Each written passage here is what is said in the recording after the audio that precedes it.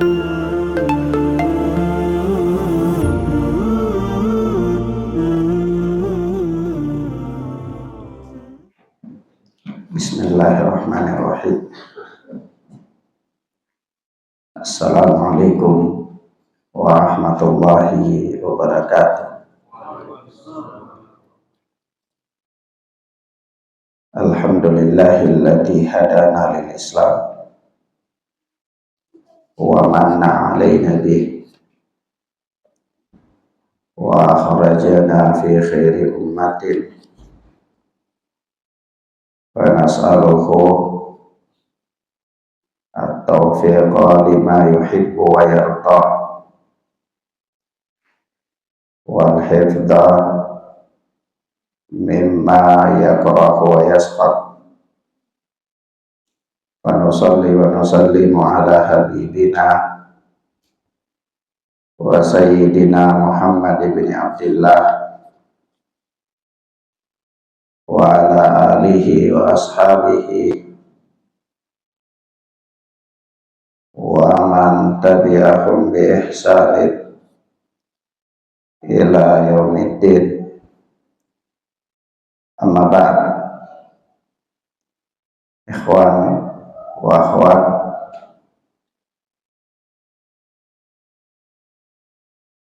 jamaah yang mudah-mudahan dirahmati dan dimuliakan oleh Allah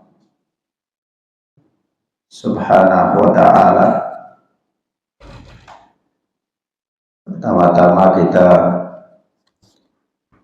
bersyukur kepada Allah atas berbagai macam nikmat dan karunia yang tidak henti-hentinya Allah limpahkan kepada kita siang dan malam, yang sudah semestinya bagi manusia untuk mensyukurinya. Allah berfirman, la in syakartum la azidannakum wa la in kafartum inna adabi lasyadid. Kalau kalian pandai bersyukur, niscaya akan aku tambahkan kepada kalian nikmatku. Namun jika kalian kufur, tidak pandai mensyukuri nikmat demi nikmat yang Allah berikan kepada kalian, maka sesungguhnya adabku itu teramat pedih, kata Allah. Bapak Ibu hadirin dan hadirat, kesempatan di pagi yang mubarakah ini kita di masjid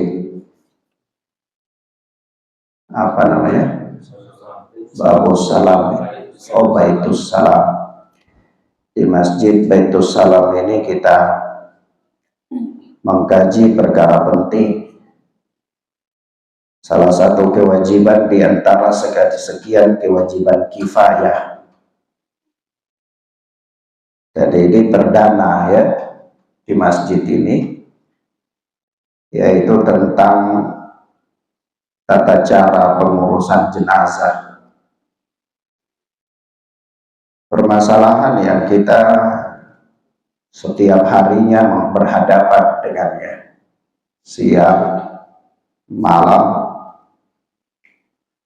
dimanapun. Sebagaimana Allah Azza wa Jalla mengatakan, qul innal mauta alladzi tafirruna minhu fa innahu mulaqikum. Katakanlah bahwa kematian yang kalian lari daripadanya itu pasti dia akan datang menghampiri kalian. Ya, ini tidak ada seorang pun yang dapat berteduh, bersembunyi, membentengi dirinya dari yang namanya al-maut, kematian.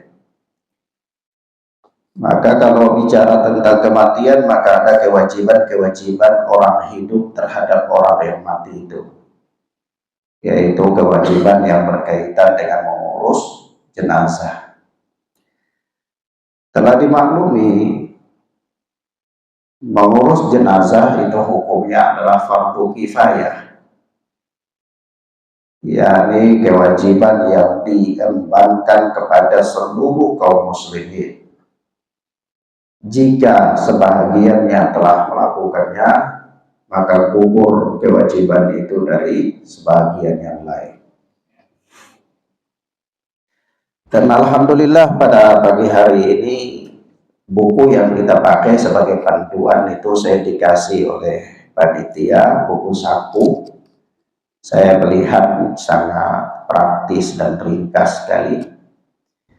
Kalau yang kita inginkan adalah hal-hal yang berkaitan dengan pengurusan jenazah, maka insya Allah cukup buku kecil ini. Buku ini ditulis oleh seorang ulama besar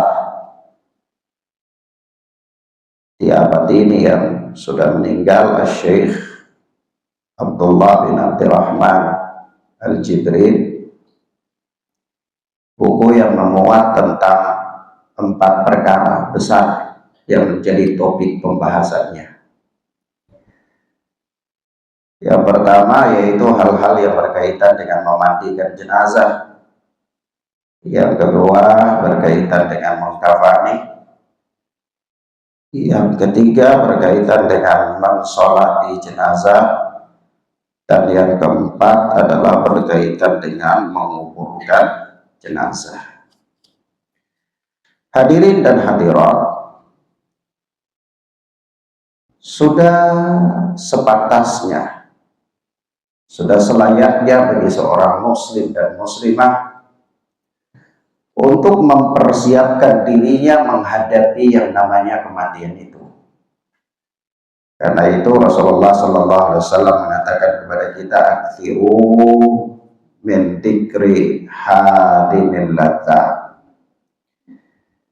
Perbanyaklah oleh kalian untuk mengingat pemutus-pemutus kelezatan, yaitu mengingat kematian.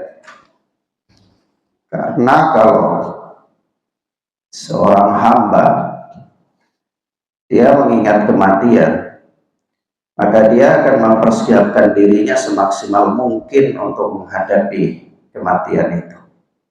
Tapi kalau dia lalai, dia bersikap acuh tak acuh, bersikap tidak peduli, dia bersikap seolah-olah dia hidup dalam kehidupan dunia ini abad dan abidi selama-lamanya, maka tentu dia tidak akan memperhatikan hal-hal yang akan dia bawa ketika dia menghadapi kematian nanti.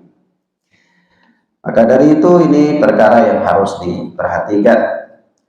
Karena Allah Tabaraka wa Ta'ala mengatakan kepada kita di dalam ayatnya, kullu nafsin dha'iqatul maut wa innama tuwaffawna ujurakum yawmal qiyamah wa man zuhziha 'anil nar wa udkhilal jannah faqad faz wa mal hayatud dunya illa mata'ul ghurur.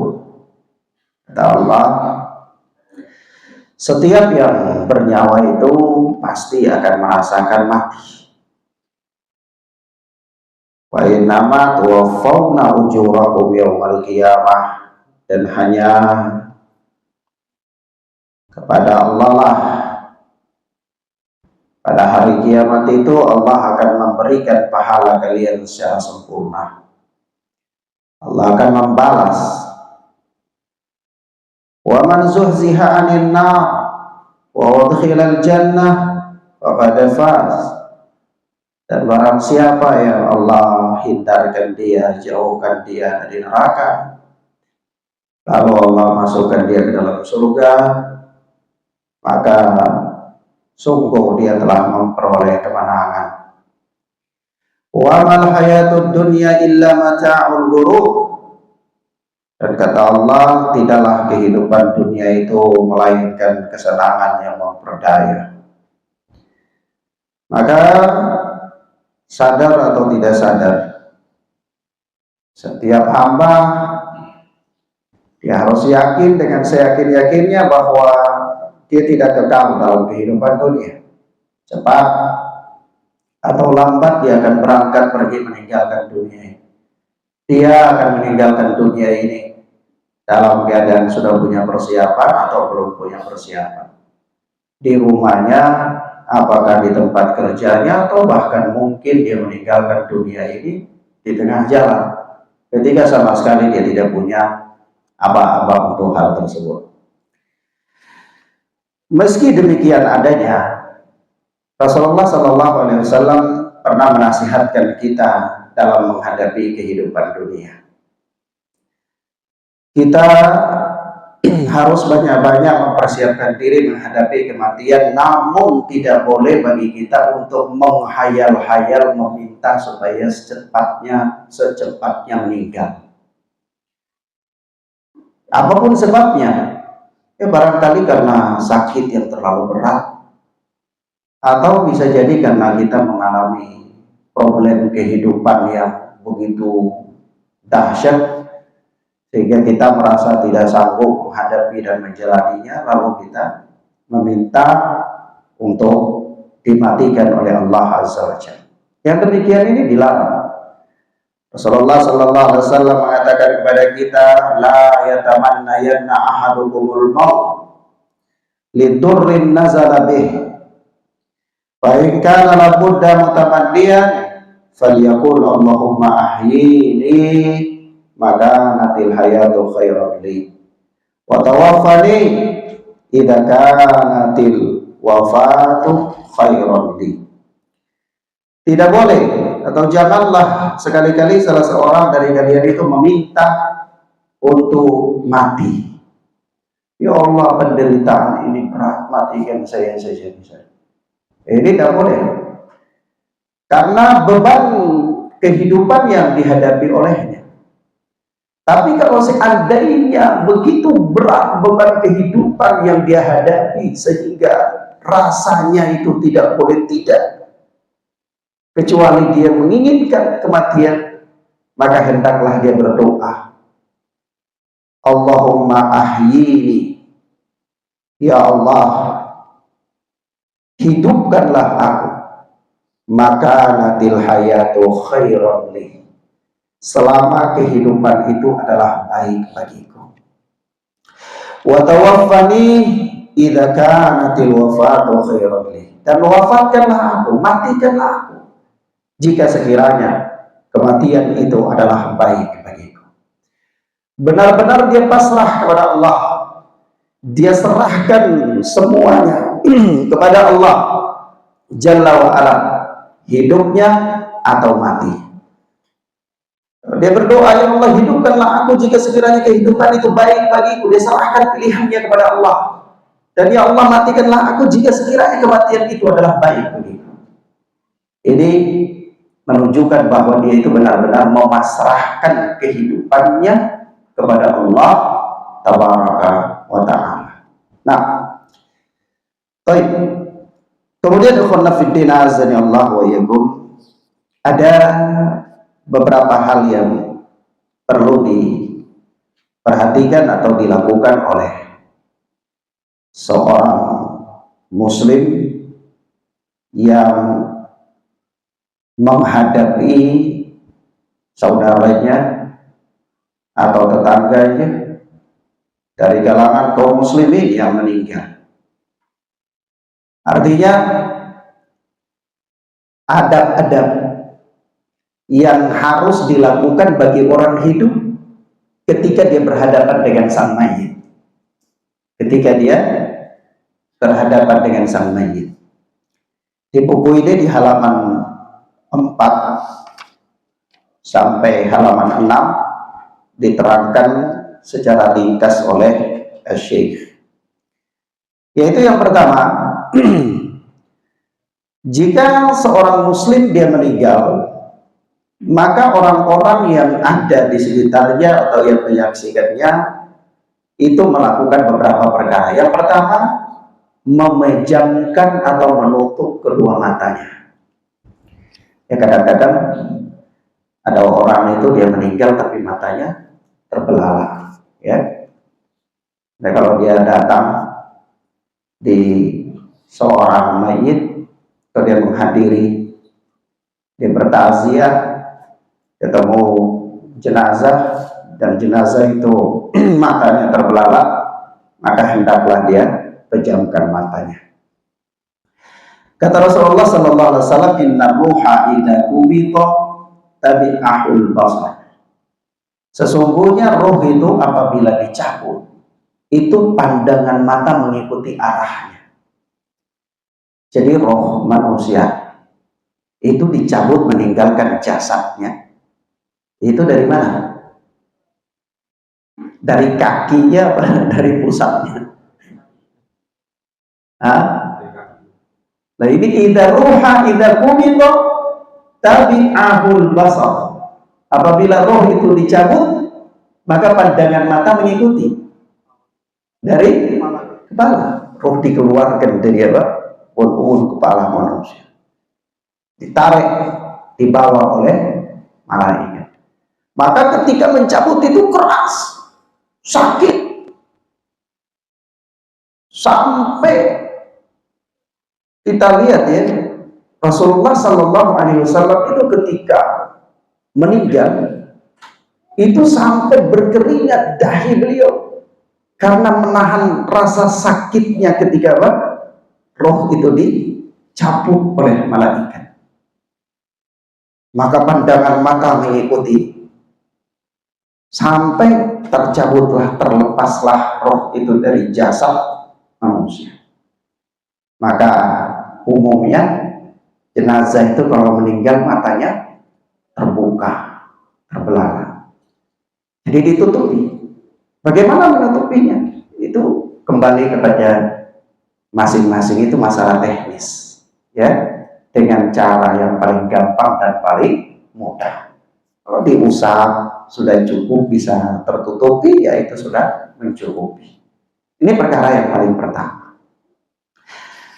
Kemudian di sini ada catatannya bahwa ketika itu orang yang hadir di sana dia dianjurkan untuk ngomong perkara yang baik-baik, doa kepada sang mayit, ya, karena ketika itu adanya para malaikat yang mengaminkan doa-doa yang dia panjatkan ketika itu.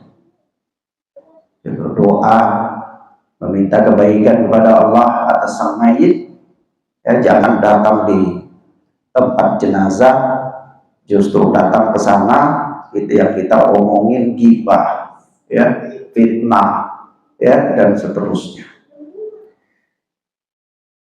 Yang berikut, yang kedua, dia melemaskan semua persendian sang mayit. Melemaskan apa? Semua persendian sang mayit. Maksudnya apa? Ya kalau orang meninggal, rohnya dicabut, itu ditinggalkan lama-lama keras, kaku, ya, kaku sehingga nanti kalau pada saat mau mandian dia, mau lepaskan pakaiannya yang dia pakai, itu agak sulit karena jasad itu sudah kaku. Nah, supaya jasad itu jangan kaku, persendian itu dilemaskan. Jadi nggak apa-apa. Kalau mayit itu pas dia meninggal, terus kita datang di hadapan dia di situ, ya tangannya ditekuk-tekukan dikit, nggak apa-apa. Biar apa? Biar nggak kaku. Itu tidak termasuk di antara perkara yang dilarang dan bukan perkara yang termasuk menyakiti sang mayit. Ya, jadi dilemaskan, di apa, tekuk-tekukan atau kakinya juga begitu, dilemaskan. Tujuannya apa? Tujuannya supaya jenazah itu jangan kaku. Ketika nanti kita kafani, atau ketika nanti kita mandiin, atau ketika nanti kita lepaskan pakaian yang ketika dia meninggal, dia sedang memakai pakaian tersebut. Sehingga kalau misalnya Ustaz, bagaimana kalau seandainya jenazah itu sudah kaku, nggak bisa dilepasin lagi pakaiannya? Ya berarti tidak ada cara lain kecuali pakaiannya dirusakin, yaitu digunting. Ya, nah, kemudian sebahagian para ulama menganjurkan supaya di perutnya itu ditekan. Maksudnya apa? Biar tidak kembung, biar tidak apa? Kembung, ditekan.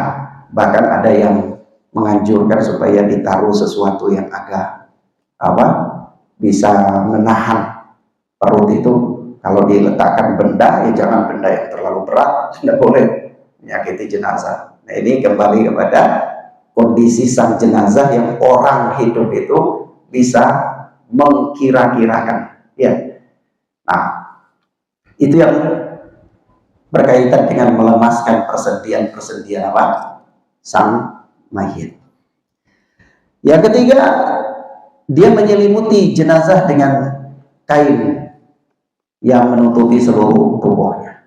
Jadi jenazah itu setelah dia meninggal, dipejamkan matanya kalau terbelalak, persediaannya dilemaskan, perutnya ditekan, kemudian ditutupi dengan kain, apapun kain itu. Yang penting bersih, ya, tidak boleh terlalu mewah, tapi juga jangan terlalu kusut, ya. Karena yang terlalu bagus itu orang yang hidup lebih berhak untuk memakai yang bagus, ya. Nah, bahkan termasuk menyia-nyiakan harta. Kalau kita terlalu memberikan apa kepada sang mayit yang mahal, yang bagus. Nah, tetapi intinya adalah yang dapat menutupi aib sang mayit tersebut. Tidak boleh tipis dan apa namanya, bersih, bila perlu dikasih wewangian, tidak apa-apa. Kalau pada jenazah itu misalnya karena jenazah kecelakaan, ya, atau karena baru keluar dari RSU, ya, maka jenazah itu nggak apa-apa dibersihkan sedikit, dilap pakai kain yang lembut, ya, di wajahnya dikasih bersih, ditutupi. Maksudnya kalau orang datang melayat itu tidak merasa terganggu dengan apa jenazah itu, sehingga tidak terjadi aib, tidak terjadi apa aib. Kadang-kadang ada orang itu dia datang ke jenazah melayat, setelah melayat pulang dia ngobrol kekurangan-kekurangan yang ada di rumah duka. Oh, tadi itu jenazah itu kok tahu ya, jenazah itu kok apa bentuknya gini ya, gitu. Jadi jadi apa bahan pembicaraan. Nah, ini tidak boleh.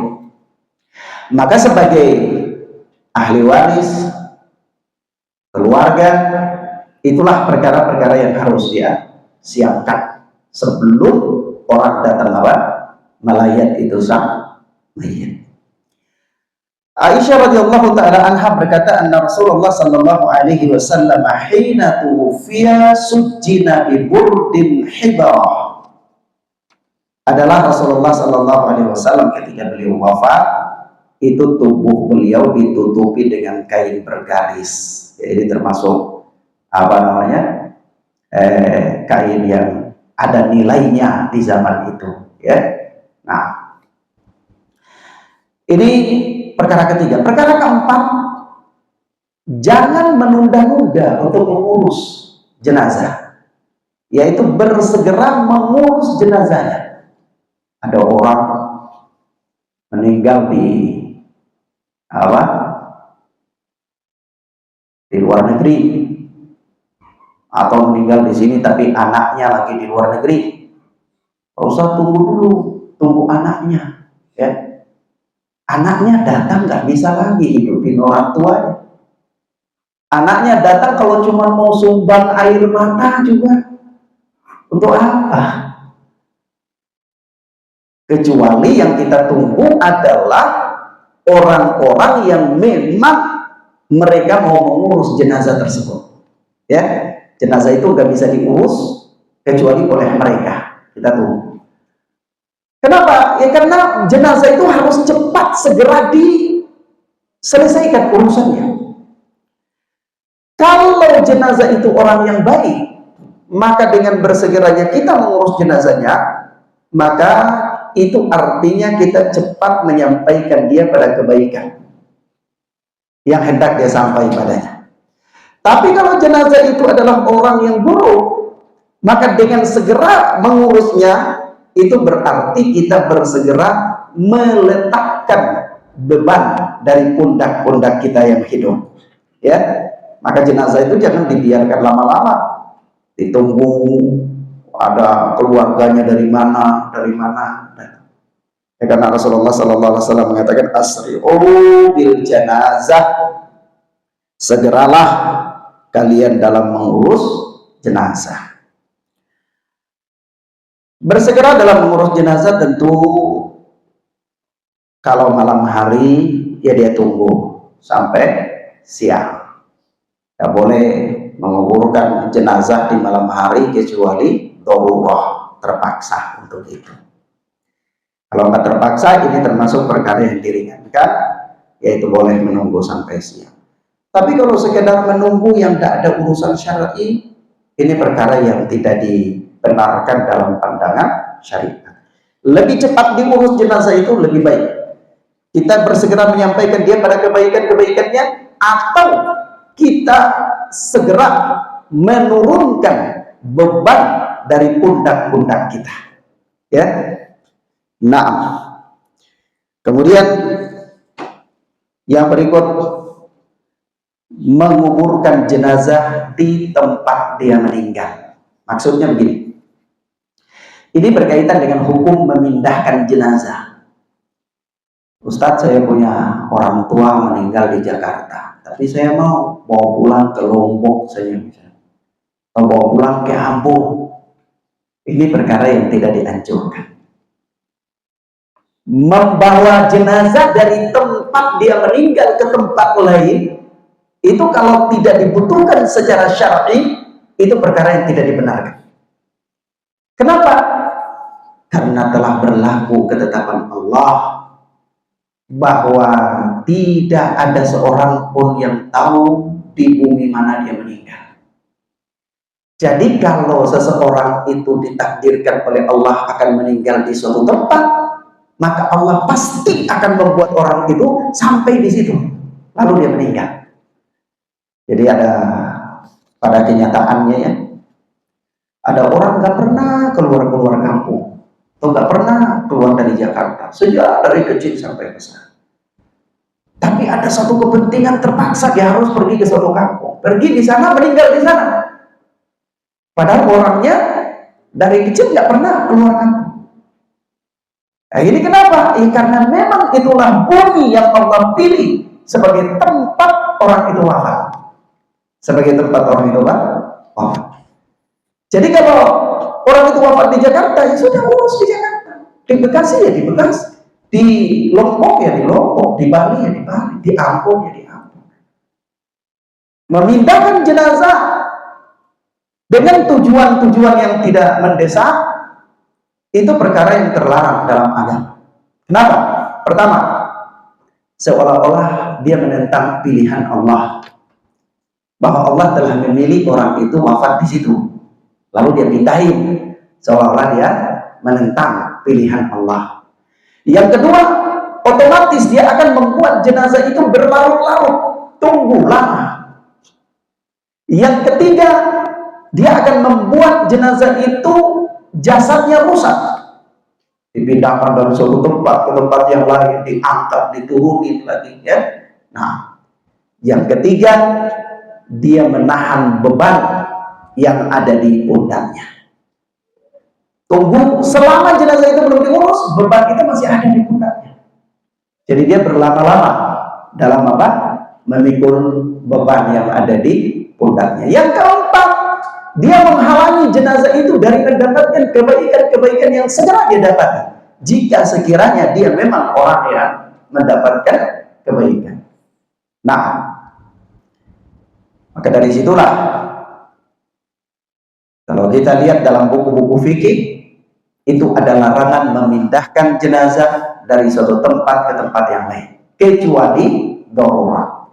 Misalnya tujuan mau otopsi, ya, atau bumi itu punya keutamaan, misal kita di Makkah, jadi kita ada main-main di luar wilayah Makkah sedikit begini meninggal, boleh dekat dengan wilayah batasan tanah haram, boleh dipindahkan, dikuburkan di wilayah tanah haram, karena wilayah tanah haram punya keutamaan, ya itu boleh. Tapi kalau jauh dari itu ya nggak boleh, nggak usah, ya. Nah, kemudian yang berikut kita lihat, ini persiapan sebelum jenazah itu dimandikan. Ada 5 poin di sini ya. Kita masuk pada bab memandikan jenazah. Yang pertama, memandikan, mengkafani, melayat dan seterusnya, itu bagian daripada kewajiban orang yang hidup. Kewajiban orang yang hidup. Pertanyaannya, siapa yang paling utama mengurus jenazah tersebut? Bapak Ibu hadirin dan hadirat, sebenarnya yang paling utama untuk mengurus jenazah itu, kalau tidak ada wasiat dari dia, maka itu ahli warisnya, keluarganya, ya.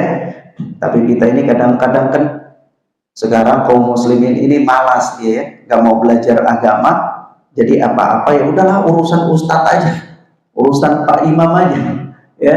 Padahal yang lebih berhak mengurus jenazah keluarganya itu dia, ahli warisnya, ahli warisnya. Tapi kalau dia tidak tahu, ya sudah, dia serahkan kepada orang yang lebih tahu. Tapi kalau bicara hukum, siapa yang paling berhak? Maka ahli warisnya. Tapi kalau seandainya ada wasiat, maka wasiat yang harus dikedepankan. Misalnya ada seorang yang meninggal, dia wasiatkan kepada keluarganya, nanti tolong kalau saya meninggal nanti suatu saat jenazah saya diurus sama Bapak Ustadz Fulan, ya. Nah itu, lalu kalau dia meninggal, maka yang paling berhak itu adalah orang yang dia wasiatkan. Karena wasiat itu wajib ditunaikan selama wasiat itu tidak bertentangan dengan syariat. Tapi kalau wasiat yang bertentangan dengan syariat, tidak boleh, tidak wajib ditunaikan. Ya, ada orang yang wasiat, nanti kalau saya mati, tolong siram di atas kubur saya khamar, misalnya. Ini tidak boleh, wasiat ini nggak boleh dipenuhi, ya. Atau saking sayangnya dia untuk anaknya, satu, dia punya anak 4, ya, perempuan 1, saking sayangnya sama anak perempuan, nanti kalau saya mati, ini semua harta diberikan kepada saudara kalian yang perempuan, jadi saudara laki-lakinya nggak dikasih apa-apa. Nah, ini tidak boleh, walaupun ini wasiat, tapi yang demikian ini tidak boleh, karena mendolimi hak anak-anak yang lain, ya. Nah, jadi wasiat itu ditunaikan apabila wasiat itu tidak bertentangan dengan syariat. Jadi kalau ada orang diwasiatkan supaya jenazahnya diurus oleh seseorang, maka orang itulah yang diwasiatkan, itulah yang lebih berhak. Namun kalau seandainya tidak ada, maka siapa yang lebih berhak? Kerabatnya, walinya, wali daripada sang mayit itu. Kenapa mesti demikian? Ada hikmah terpenting, Bapak Ibu hadirin dan hadirat yang mudah-mudahan dimuliakan dan dirahmati oleh Allah Subhanahu wa ta'ala. Hikmah terpentingnya adalah mengurus jenazah, apalagi bagian memandikan, itu akan berkaitan dengan aurat sang jenazah. Iya, akan berkaitan dengan aurat sang jenazah, sang mayit. Nah ini kalau orang lain yang ngurus dan dia tidak amanah, maka aurat aib sang mayit ini bisa keluar, bisa terekspos, iya, dan bisa diketahui oleh orang banyak. Tapi kalau keluarganya, misalnya anaknya yang ngurus bapaknya, anaknya yang ngurus ibunya, maka kalaupun ada hal-hal yang berkaitan dengan aib, misalnya ada keluar kotoran setelah dimandiin atau apa, Ya itu cuma dia saja yang tahu, keluarganya saja. Ya, nah ini salah satu hikmah untuk menutup aib daripada sang mayit. Maka dari itu orang yang memandikan jenazah itu ditugaskan memandikan jenazah itu harus amanah, harus ahli amanah, dan harus bisa memegang rahasia yang berkaitan dengan sang mayit. Ya, nah kemudian kalau istri yang meninggal, suami yang lebih berhak untuk memandikan. Suami yang meninggal, istri memandikan, boleh. Ya, kalau anak yang meninggal, orang tua yang mengurusnya. Ya, kalau anak perempuan ya tentu ibunya, kalau anak laki-laki ya tentu bapaknya. Tapi kalau misalnya orang tua, maka anaknya yang ngurus. Kalau ibu ya anak perempuan, kalau bapak ya anak lelaki. Kemudian kerabatnya dan kerabatnya. Seandainya tidak ada, maka boleh diserahkan kepada orang lain yang bisa mengurus. Ya, misalnya takmir masjid yang sudah punya tim khusus untuk mengurus jenazah, itu boleh. Di zaman Rasulullah Shallallahu Alaihi Wasallam ada tim khusus yang mengurus jenazah dari kalangan para wanita. Ya, jadi ibu-ibu ada beberapa orang, mereka inilah yang biasanya mengurus jenazah wanita di zaman Rasul Shallallahu Alaihi Wasallam. Nah, yang berikut adalah jenazah wanita. Ya sudah saya sebutkan tadi ya, bahwa jenazah itu kalau wanita dimandikan oleh wanita, kalau laki-laki dimandikan oleh laki-laki, walaupun mahram, walaupun adik kakak, walaupun anak dan orang tua. Tak boleh.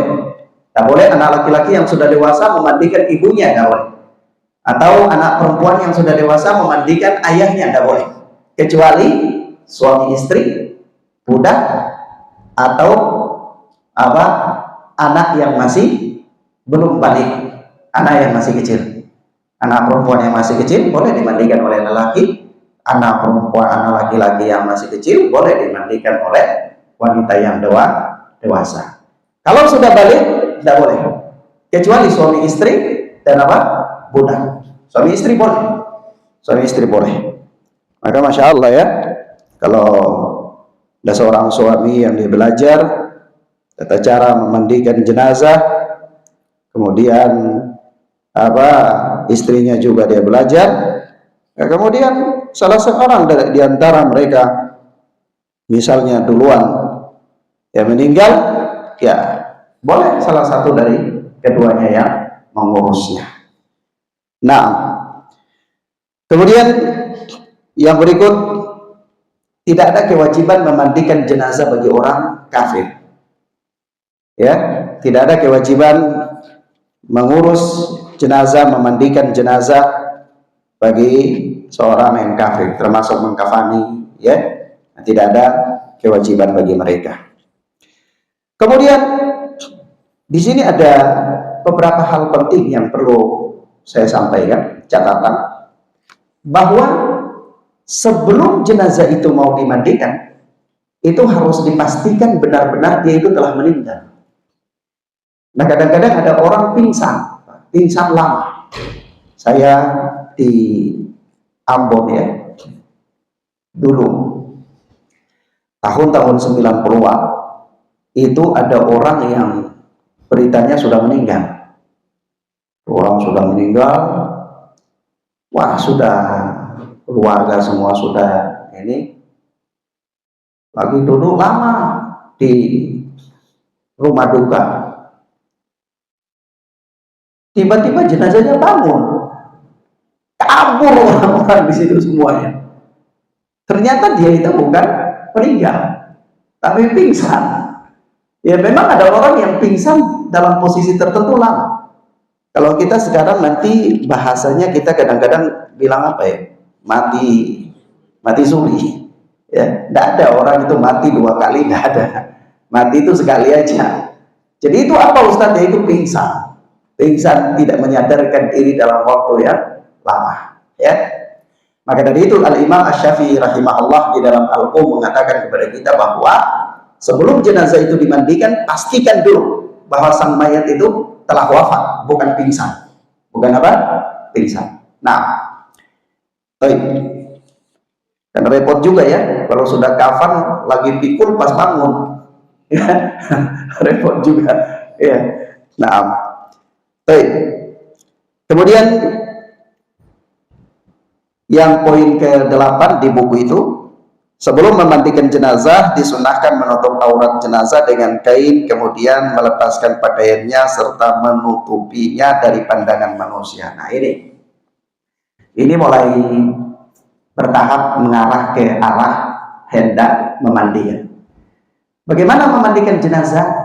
Bapak Ibu, jenazah itu jangan dimandikan di ruang terbuka. Nanti ditonton sama banyak orang. Sementara tadi kita sudah katakan bahwa pada jenazah itu ada auratnya yang harus dijaga. Kalau begitu dimandikan di mana? Ya dimandikan di ruangan yang bisa menjaga privasinya. Bisa menjaga privasinya. Apakah kalau dia kalau di rumahnya itu dapurnya mungkin agak luas, ada ruangan khusus yang luas, ya, mungkin bisa di situ, ya. Atau kalau misalnya di masjid punya ruangan yang luas, ya di situ lalu ditutupi pakai hijab, pakai horden atau yang semisalnya supaya jangan dilihat sama orang, lalu dimandikan di situ. Tetapi memandikan jenazah itu pertama diletakkan di tempat yang privasi. Ya, apakah di rumah, apakah di masjid, ini tergantung dari sahibul hajah, orang yang punya hajat itu, yang keluarga duka. Itu yang pertama. Yang kedua, kalau di ruangan yang privasi, maka jenazah itu diletakkan di atas tempat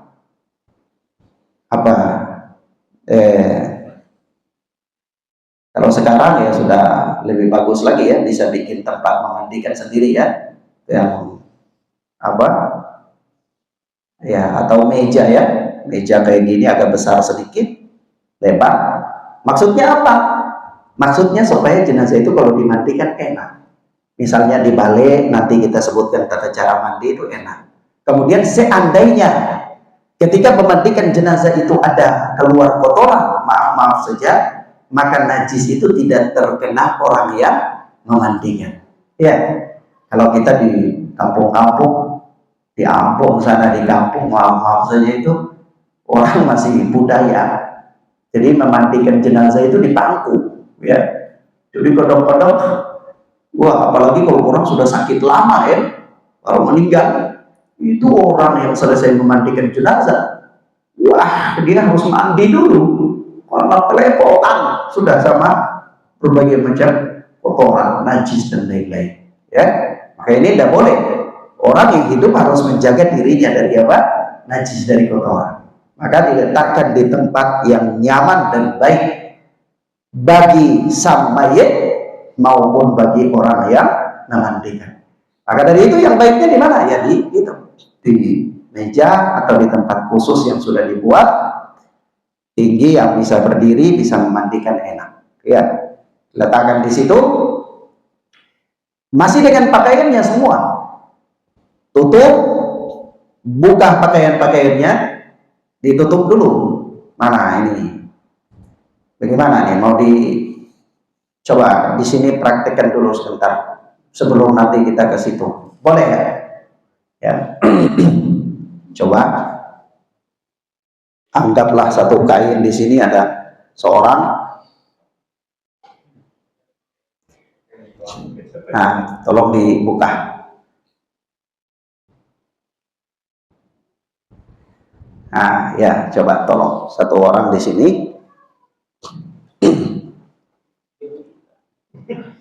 Ya. Nah. Sana. Nah. Nah. Ya, nah. Ini misalnya ini sang jenazah. Nanti kita sebutkan ya, tangan ini apa di dada apa di samping, itu dibahas oleh ulama ya. Tapi yang jelas gini dulu. Nah, ini kalau jenazah anggaplah ini kita letakkan di atas tempatnya khusus. Ini masih tertutup semua. Jadi kita dengan kain ini kita tutup sang mayat ini. Ya. Ada aturan tertentu? Tidak ada. Yang penting ini sang mayat tertutup saja. Ya, tertutup dulu semua. Ini tertutup untuk apa? Ini tertutup untuk kita lucuti pakaiannya ini nggak nampak. Ya, karena ini ada kain, pakaian sang mayat ini nanti kita lucuti, itu nggak kelihatan auratnya. Ya, jangan kita buka begini sambil buka pakaiannya, nggak boleh. Ya, begitu maksudnya. Paham ya? Nah, jadi kita lucuti pakaian sang mayat itu dari balik apa? Dari balik kain ini, begitu. Sehingga waktu dilucuti semua ini nggak kelihatan nampak ada aurat. Ya, nah, oke, baik. Setelah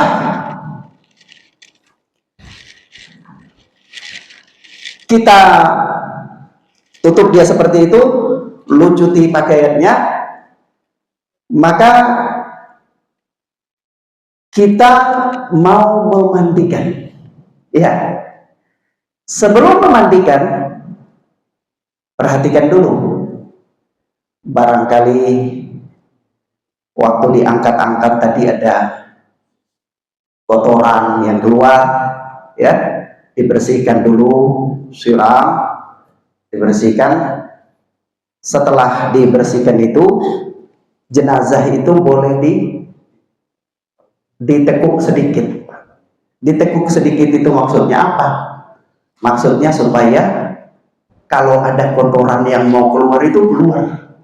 Jangan sampai kita sudah mandikan bersih, kita angkat keluar lagi. Ya. Atau begitu kita kafan, keluar lagi kotoran. Ya, itu maksudnya. Paham maksudnya ya? Jadi ditekuk gini caranya. Coba.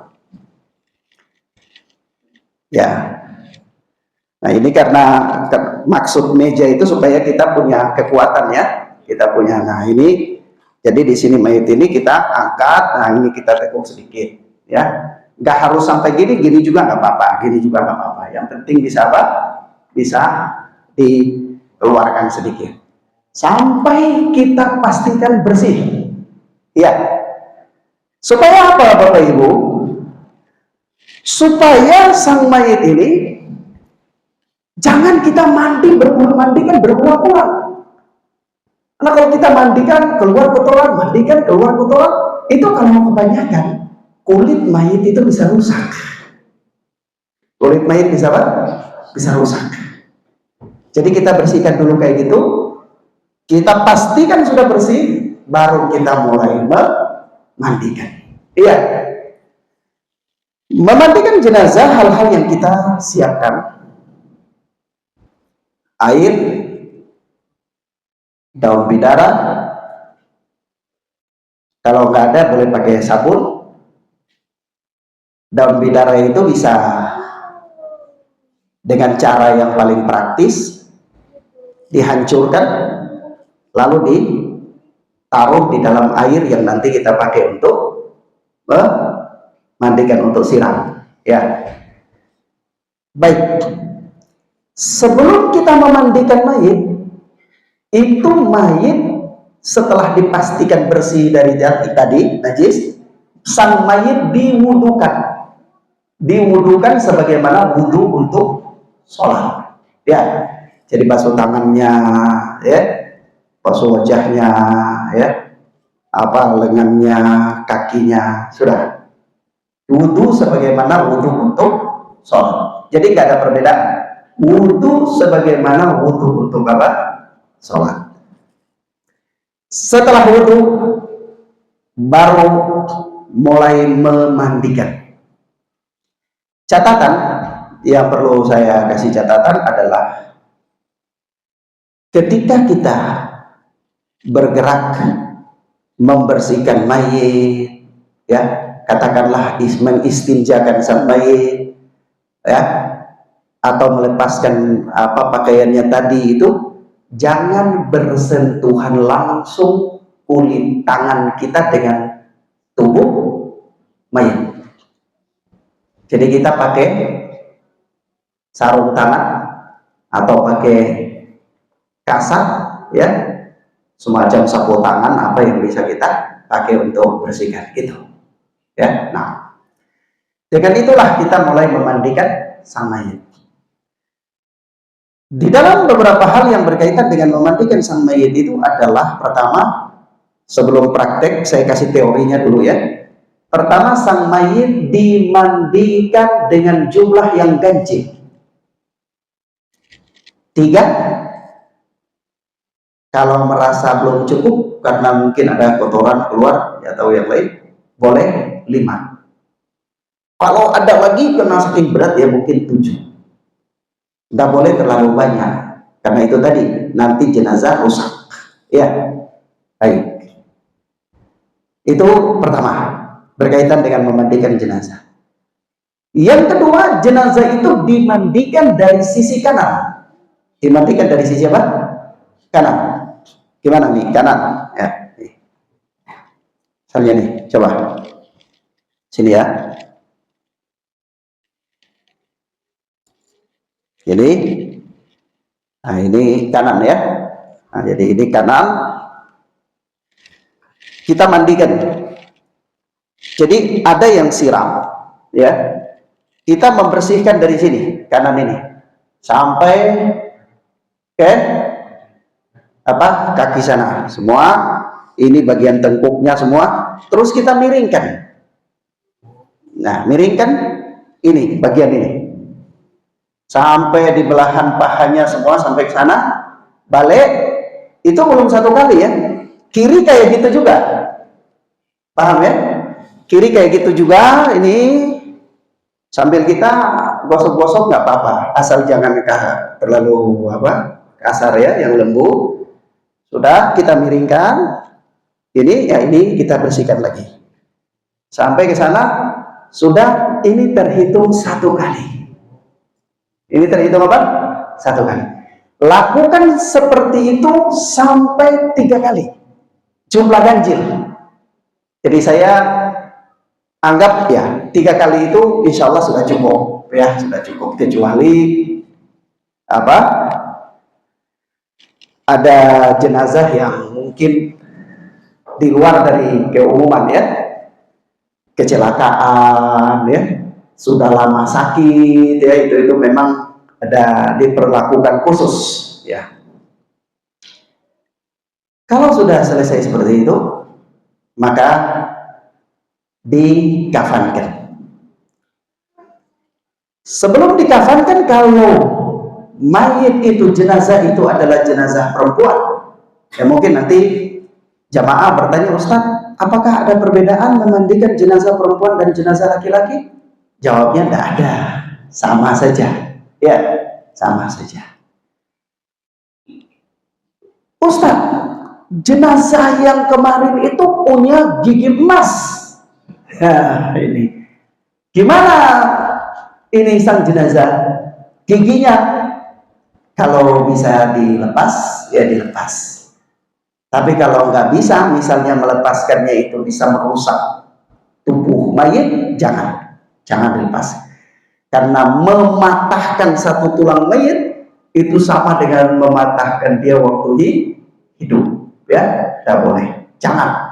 Maka dari itu jenazah itu diperlakukan secara lembut, secara lembut, ya.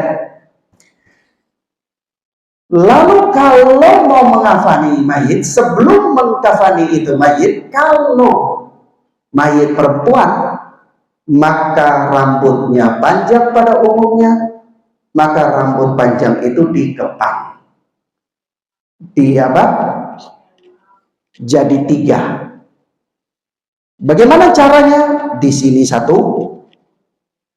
di sini 1, dan di tengah 1. Letakkan di depan, jangan letakkan di depan. Ini bukan orang mau fashion ya, tapi letakkan di mana? Di belakang ya. Letakkan di mana? Di belakang. Setelah itu berkaitan dengan kain kafan. Ustadz, sebelum dengan kain kafan, jenazah ini tangannya diletakkan di dada atau tangannya lurus ke depan, ke apa? Samping. Dalam hal ini ada 3 pendapat di antara pendapat para ulama.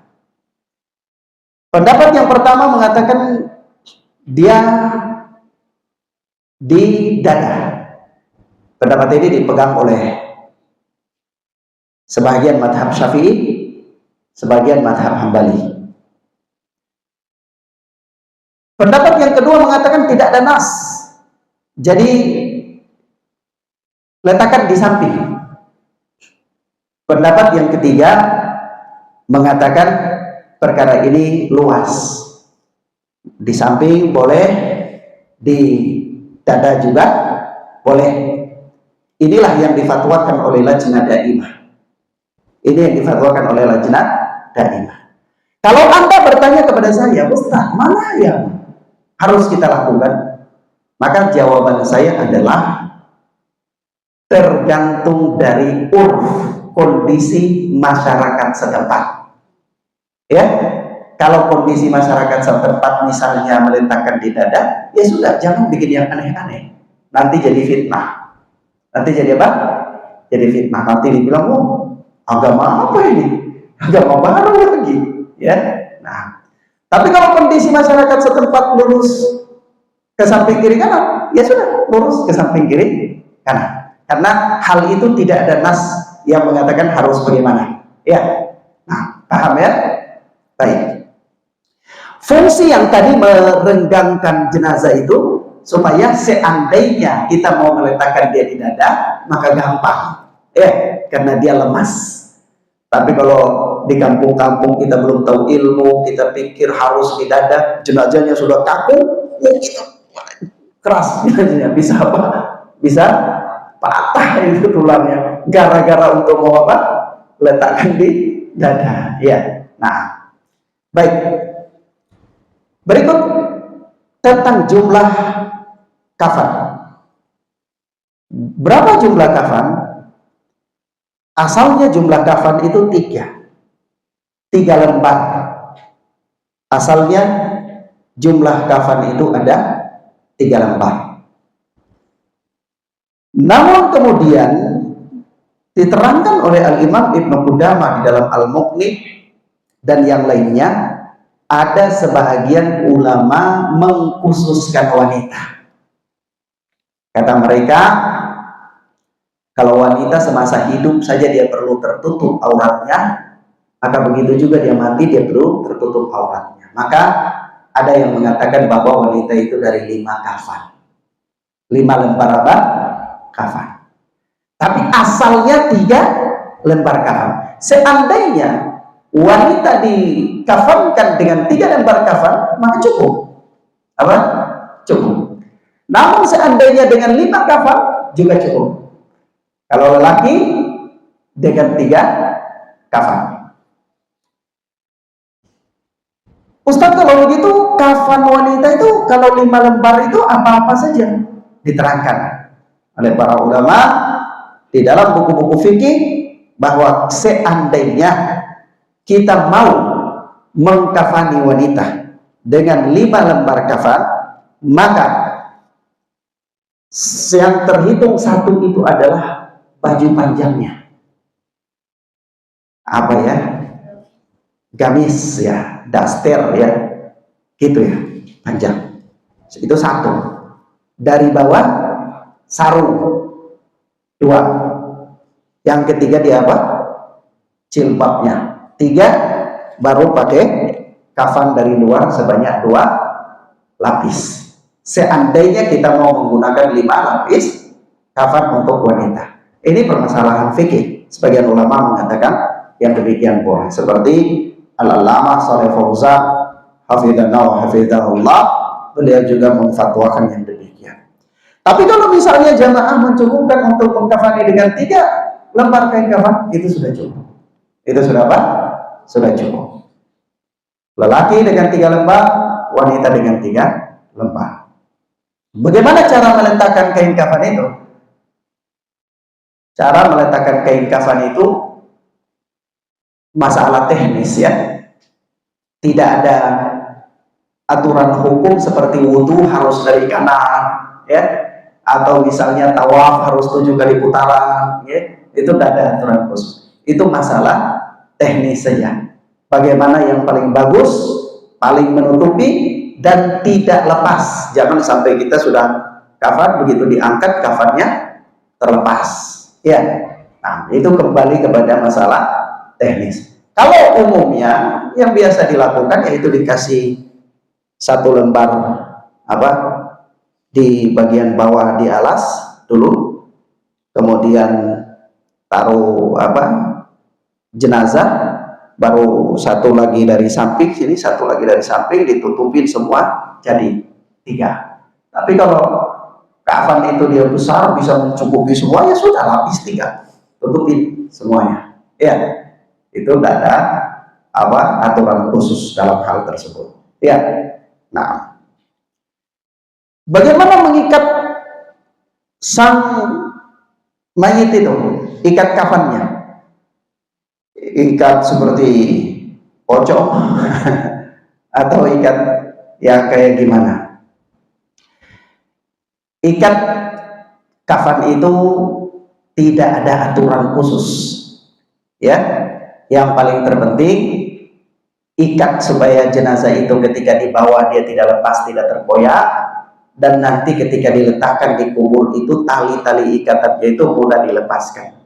Bukan berarti kafannya dilepaskan lalu si sang mayit itu di mukanya dikasih ke tanah, kakinya juga dikasih apa? Ke tanah, bukan. Sekedar talinya di apa?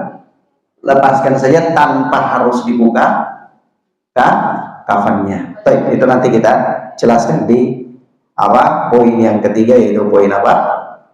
Pemakaman. Sholat ya. Ketiga sholat, keempat pemakaman. Baik. Sampai di mengkafani dan memandikan ini bisa ada gambaran? Jamaah bisa ada gambaran ya? Nanti kalau mau praktek sebentar nanti kita coba ya. Nah, gimana?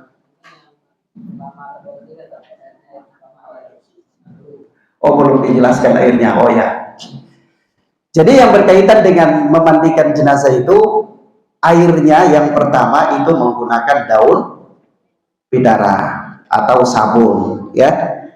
Siram pada mandi yang pertama itu, dilihat. Kalau terasa sudah cukup, berarti yang kedua itu bilas saja. Ketiga juga bilas ya. Tapi kalau misalnya kedua itu masih perlu pakai bidara, ya pakai. Berarti bilasnya yang ketiga. Hanya yang menjadi catatan adalah harus ada air bersih khusus untuk membilas di samping air yang menggunakan bidara untuk memandikan itu. Gitu. Paham ya? Nah, tuh. Ada lagi?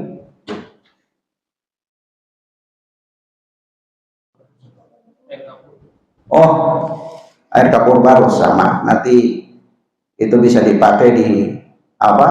Itu kan tujuannya untuk menguatkan mayit ya. Bisa dipakai di air siraman kedua, siraman ketiga bisa. Tidak apa-apa, tidak ada masalah di situ. Ya, yang jelas tujuan daripada menggunakan bidara itu adalah untuk membersihkan, seperti pengganti sabun. Menggunakan kapur barus itu untuk menguatkan kulit mayit. Jadi disiram, kapur barus itu dicampur, biasanya umumnya itu di air yang terakhir, lalu dibilas dengan itu ya. Nah, itu biasanya saja, namun harus bagaimana itu kembali kepada kebiasaan ya, selama itu tidak apa merusak mayit ya. Nah, baik, berikutnya apa? Sampai di pengkafanan sudah ya? Mengkafani sudah ya? Baik, sekarang tentang apa? Mensolati jenazah. Jadi begini Ustaz, apakah boleh jenazah itu atau sang mayit itu kita keringkan, kita lap dulu sebelum dikafan?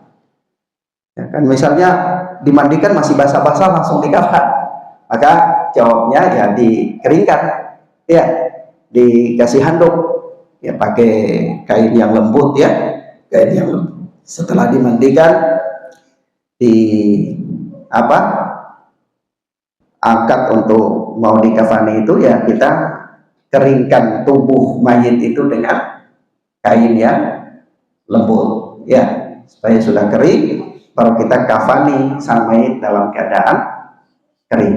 Ya, Ustadz, apakah perlu diletakkan kapas di telinga, hidung, dan di tempat keluar kotoran? Jawabnya, hal itu kembali kepada kondisi mayit. Apabila mayit mengeluarkan sesuatu dari telinga, darah misalnya, atau dari hidung, atau keluar dari jalan tempat keluarnya, maka diletakkan kapas, boleh dikasih wewangian untuk menutup keluarnya itu tadi, darah atau kotoran itu dari hidung atau dari telinga. Tapi kalau nggak ada, maka tidak dibutuhkan untuk itu, karena itu ada untuk kebutuhan, ya, karena dibutuhkan. Kita kadang-kadang kalau di kampung, ya, itu nggak dibutuhkan, tapi kapasnya segede, banyak kapasnya, jadi sang mayit itu tidur di atas kapas sebelum di kafan itu. Padahal tujuan kapasnya itu adalah untuk itu tadi, untuk menghalangi keluarnya darah kalau keluar dari telinga atau dari hidung atau dari tempat jalannya keluar. Baik. Perkara berikut adalah perkara mensolati mayit. Mensolati jenazah itu ada perbedaan posisi imam antara jenazah lelaki dan jenazah perempuan. Kalau jenazah lelaki, maka sang imam berdiri di bagian kepala, kayak gini. Di mayit itu diletakkan di coba diletakkan di arah kiblat. Jadi sang imam itu jangan berdiri di sini, ya, tapi berdiri di arah ini, ya. Ini dia bertakbir berdiri di sini. Ini kalau mayitnya laki-laki. Tapi kalau mayitnya perempuan, maka sang imam di tengah. Di tengah apa? Sang mayit jenazah. Ya. Nah, kalau jamaah ya nggak usah, terserah. Posisi imam aja yang penting. Ya, baik. Baik.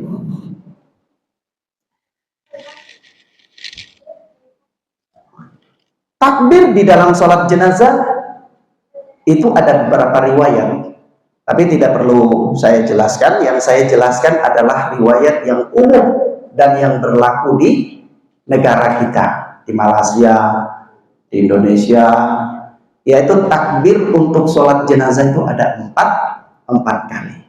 Tapi seandainya suatu saat Bapak Ibu lihat orang takbir jenazah ada 5 kali atau 7 kali, itu nggak apa-apa, dia nggak sesat, karena ada riwayat yang mengatakan begitu. Hanya itu tidak umum di wilayah kita, ya. Jadi kalau dalam hal-hal begitu yang tidak umum jangan dibuat nanti terjadi apa? Fitnah, ya. Jadi ada 4 kali takbir. Takbir yang pertama membaca doa, membaca Al-Fatihah. Membaca apa? Al-Fatihah. Boleh baca surat? Boleh. Boleh. Tapi jangan panjang-panjang, ini sholat jenazah, ya. Jangan baca seperti sholat subuh, ya. Baca Al-Asr atau Al-Ahad, Al-Ikhlas, ya. Nah, Allahu Akbar, boleh mengangkat tangan begitu, boleh juga tidak, ya. Allahu Akbar. Surat Al-Fatihah, boleh baca surat. Terus takbir kedua, Allahu Akbar. Baca apa di takbir kedua? Baca salawat. Baca salawat. Paling pendek apa? Allahumma sholli ala Muhammad wa ala ali Muhammad. Sudah. Kalau panjang ya salawat Ibrahimiyah.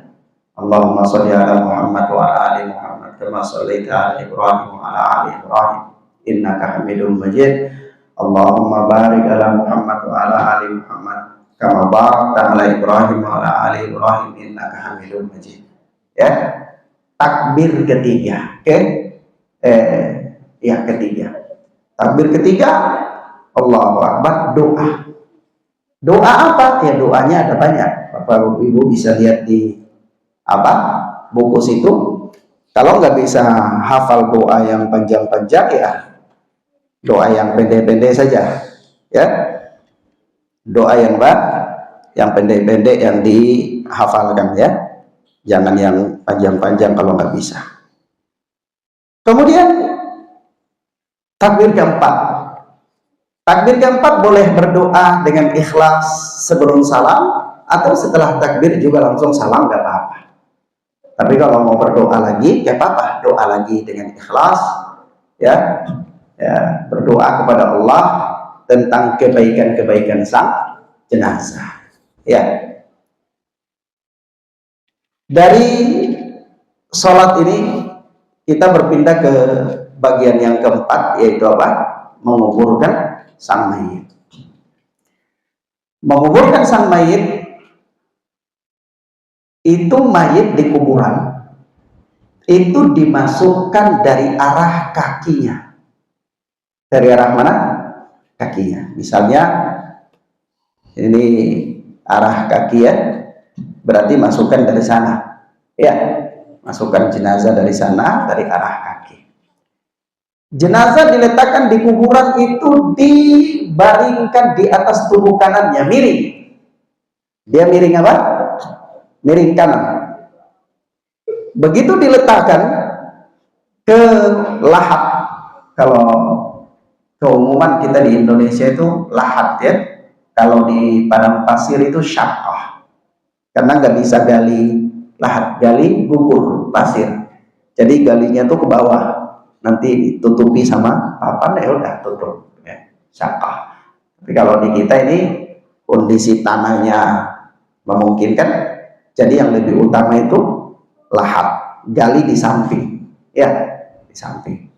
Letakkan itu membaca doa apa? Bismillahi wa ala millatir rasul atau bismillahi wa ala sunnatir rasul. Sudah cukup. Sudah, itu sampai pada bagian menguburkan dan mensolati dan menguburkan jenazah. Baik, Bapak Ibu sampai di sini ada yang mau ditanyakan?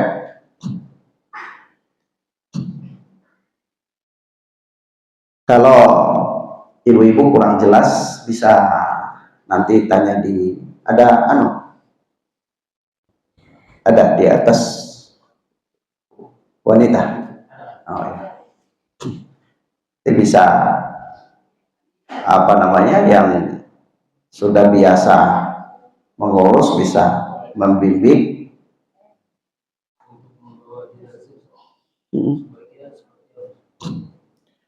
Memikul jenazah. Kalau tempat jenazah, tempat rumah duka dengan daerah pekuburan itu dekat, maka dianjurkan jenazah itu dipikul. Ya, jenazah itu dipikul. Kata Imam Nawawi di dalam Al-Adhkar, ketika memikul jenazah itu tidak ada bacaan khusus. Yang waktu itu memikul itu kita harus mengingat akan kematian. Karena bayangkan bagaimana kalau yang di atas pikulan itu kita. Dan waktu itu jenazah berteriak. Jenazah berteriak dengan suara yang sangat kencang. Yang di dalam riwayat dikatakan seandainya manusia mendengarnya, maka mereka bisa pingsan. Tetapi Allah Tabaraka wa Ta'ala dengan Maha Kuasa tidak membuat manusia yang hidup bisa mendengar suara itu.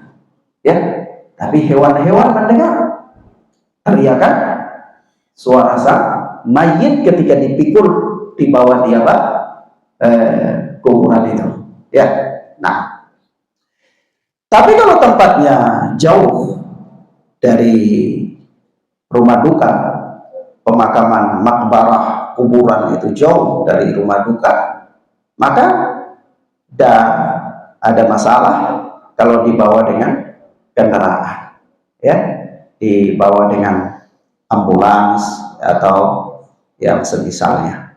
Nah, wallahu a'lam bishawab. Berkaitan dengan mensolati jenazah, ada catatan penting. Seandainya seseorang dia ingin mensolati jenazah dan dia tidak sempat mensolati jenazah itu karena dia dalam perjalanan dan dia tertahan, dia sampai kemudian jenazah sudah dimakamkan, maka boleh dia datang di kuburan lalu dia sholat jenazah di situ. Tapi sholatnya tanpa ruku, tanpa sujud, sebagaimana sholat jenazah. Dia berdiri sebagaimana berdiri mensolati jenazah di kuburan itu, lalu dia sholat dengan 4 takbir, ya.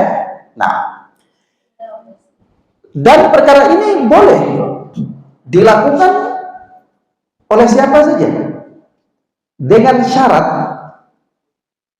apabila sang jenazah itu meninggal, orang yang mau mensolatinya ini sudah balik. Misalnya ada seseorang dia kuliah di Amerika, baru masuk kuliah, orang tuanya meninggal atau saudaranya meninggal, yang dia merasa sangat akrab sekali dengan saudaranya yang sang mayit itu. Dia nggak bisa pulang karena baru datang, jadi dia dari sana lanjutkan studi sampai 4 tahun kemudian baru dia berkesempatan pulang. Bolehkah dia datang di kuburan sang mayit untuk melakukan salat? Jawabnya boleh. Jawabnya apa? Boleh. Dengan syarat itu tadi, apabila sang mayit itu meninggal, waktu sang mayit itu meninggal, orang ini dia sudah balik, sudah dewasa, ya. Tapi kalau dia belum lahir, nggak boleh.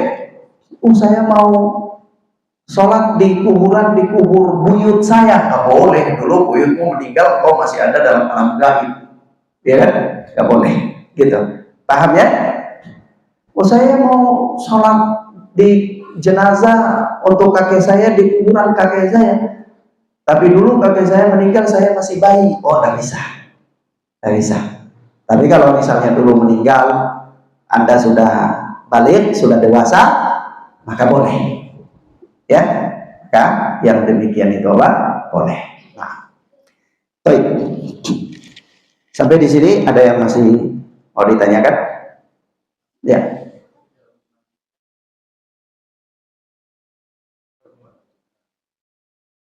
Sama, ya semua. Nah, muka dimandikan semua. Kalau sisi ini ya sisi kanan, ikut kanan ya sisi kanan, ikut kiri ya sisi kiri, ya. Nah,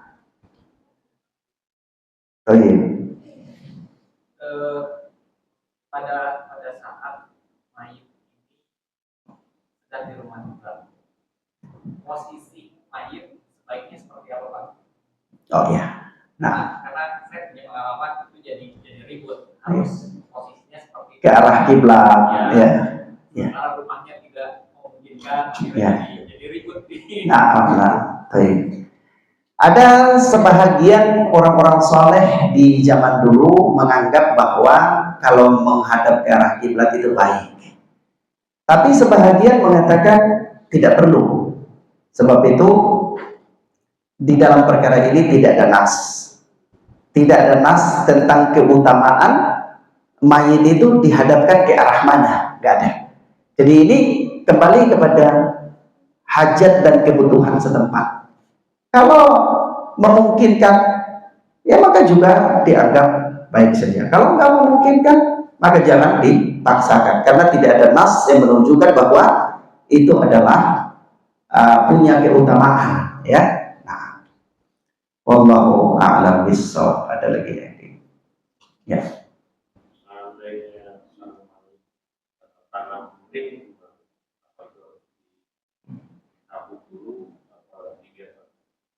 ring di jantung, ya, yang demikian tidak perlu, karena mencabutnya itu merusak mayit, harus bedah, harus operasi lagi ya.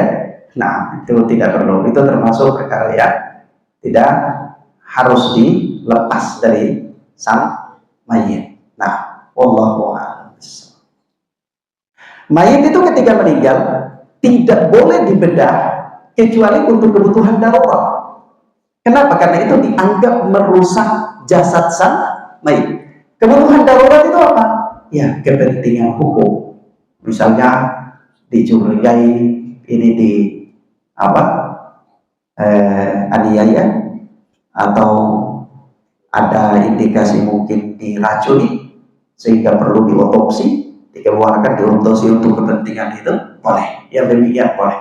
Kalau tidak ada kepentingan itu, hanya sekedar perkara-perkara muamalah biasanya, maka itu tidak boleh ya. Nah, wallahu a'lam bishawab. Ya,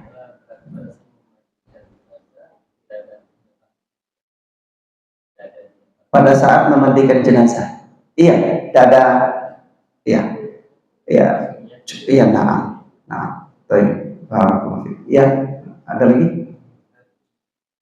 Buat sholat jenazah itu harus dimandikan. Ya, jenazah kalau belum dimandikan nggak boleh disolati. Ya, nggak boleh solati dulu baru mandikan, nggak boleh. Ya, nah, baik. Kenapa? Memandikan jenazah itu termasuk mengangkat darinya hadas besar. Ya, sebab itu ada sahabat yang bernama Hanzalah, itu wafat di salah satu peperangan. Itu dalam keadaan masih janabah. Dia baru selesai tidur sama istrinya, terus pergi ke medan perang, belum sempat mandi. Begitu dia terbunuh, dicari jenazahnya, mana nggak ada. Tiba-tiba jenazahnya ada di sebuah tempat dekat satu mata air kecil dan basah. Hal ini disampaikan kepada Rasulullah. Rasulullah mengatakan malaikat memandikan jasadnya. Ya, nah, jadi memandikan mayit itu juga adalah untuk apa? Mengangkat hadatnya tadi, hadas akbar itu. Ya, supaya ya disalati. Seandainya sang mayit ini meninggal di tengah-tengah komunitas wanita, ya, tidak ada pria sama sekali, satu laki-laki saja, semuanya perempuan, atau ada seorang perempuan, semuanya laki-laki. Gimana mau memandikan ini mayit? Kan tadi Ustadz katakan lelaki nggak boleh memandikan wanita, wanita nggak boleh memandikan lelaki. Jawabnya, mayit ini tayamumkan. Ditayamumkan. Sama dengan mayit karena sebab kebakaran, ya, kecelakaan, kebakaran, misalnya hancur tubuhnya, nggak bisa dimandikan, ditayamumkan. Maka dia ditayamumkan sebelum disolatkan. Ya, nah, wallahu a'lam bishawab. Baik, masih ada lagi? Saya kira gambaran untuk memandikan itu sudah bisa dipahami ya. Tidak perlu praktekkan di tempat wudu lagi ya, nggak perlu ada yang disiram-siram lagi ya. Nah, kalau ada bisa dipahami, insya Allah. Baik. Tadi posisi mayit itu ditutup dengan air pada saat kita mau pada saat proses memandikan akan masih. Kemudian pada saat proses mengkafani tutupi kain juga. Jadi auratnya tidak boleh terlihat. Jadi kalau tadi kainnya sudah basah ketika kita mandiin, nanti kita mau angkat, kita ganti lagi dengan kain yang baru, yang basah tadi kita cabut, kita angkat, kita keringkan, baru kita kafani. Gitu. Kafani pun dia harus tertutup, ya, supaya jangan kelihatan. Ya. Nah. dengan masalah misalnya yang meninggal banyak yang apakah yang ini disebut nawabah dan maksudnya dengan jalan tapi mati syahid. Ya, orang wafat karena wabah, wafat karena tenggelam, wafat karena kena runtuhan, ya, wafat wanita, wafat karena melahirkan nifas, itu semua mendapatkan pahala syahid. Mendapatkan apa? Pahala syahid. Nah, tapi bagaimanapun keadaannya, sang mayit itu harus dimandikan. Kalau nggak bisa dimandikan, maka ditayamumkan. Ya, ditayamumkan. Nah, wallahu a'lam bishawab. Memandikan itu boleh dari orang ke orang. Oh, tidak ada. Itu tidak ada jumlah khusus untuk orang yang memandikan. Dilihat dari hajat. Kalau misalnya 3 orang cukup, saling membantu, ya sudah cukup. Atau 4 orang, ya sudah cukup. Ya, untuk saling membantu. Ya, barangkali sebagian bantu angkat, bantu miringin, bantu ngambil airnya, atau ganti apa, kaos tangannya atau lain-lainnya, itu tergantung dari hajat ya. Nah, Allahu a'lam bishawab. Tadi kan disampaikan kalau orang tua ayah gitu ya, itu kan kalau bisa memandikan anak laki-laki. Bagaimana kalau misalkan anak perempuan itu hadir dalam lokasi pemandikan? Boleh, nanti dia lihat auratnya, ya. Tapi kalau misalnya dia tertutupi, nggak lihat aurat, ya aman, insya Allah boleh. Intinya yang harus dijaga itu adalah aurat sang mayit. Ya. Nah, kalau ketika istri kan apa ke suaminya boleh. Biasanya agak kesulitannya ketika istri itu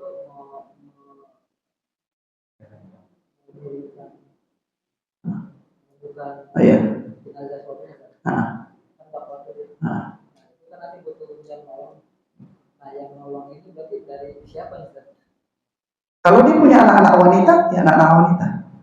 Nah, ya, mahram. Atau kalau suami punya saudara perempuan, ya boleh mahram ke suami, boleh. Perlu diketahui bahwa memiringkan, mengangkat mayit untuk apa, menekan perutnya, itu bukan kewajiban. Ya, seandainya seseorang tidak sanggup untuk melakukan itu, tapi tujuan bisa tercapai, ya, maka itu sudah cukup. Misalnya baring terus dia sendiri, itu sudah cukup. Mayitnya bersih, tidak ada yang keluar, dan itu insya Allah sudah cukup. Ya, sudah cukup. Karena posisi itu dia tidak sama dengan posisi jumlah 3 kali atau 5 kali dalam memandikan. Kalau jumlah 3 kali atau 5 kali itu jumlah yang wajib dalam memandikan. Jumlah ganjil itu wajib dalam memandikan apa? Si mayit itu. Ya. Nah, bagian para ulama mengatakan dia sunnah hukumnya. Ya. Sama dengan seandainya, karena itu kan meratakan air ke seluruh tubuhnya sang mayit. Sama dengan orang dia mandi janabah, ya. Jumlah ganjil itu jumlah yang disukai, mustahab. Seandainya dia bisa langsung cebur diri di dalam lautan, dalam air, ya juga sudah cukup. Maka yang wajib, ya, supaya jangan sampai salah paham, ya, yang wajib itu adalah meratakan air ke seluruh tubuh sang mayit. Ya, yang sunnah itu tadi jumlahnya ganjil itu. Nah, Anda katakan wajib itu adalah untuk apa? Meratakan air ke seluruh tubuh. Nah, Allahu a'lam bishawab.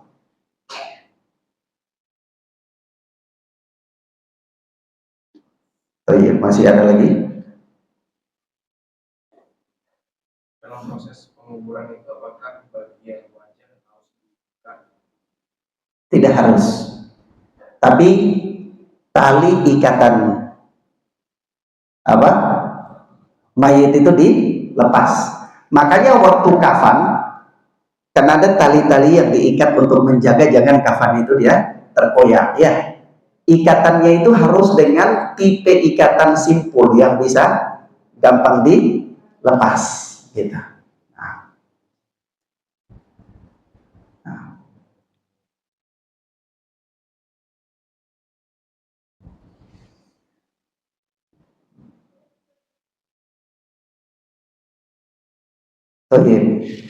Ya kalau tidak ada ya kita cukupkan ya. Cukupkan sampai di sini insyaallah taala.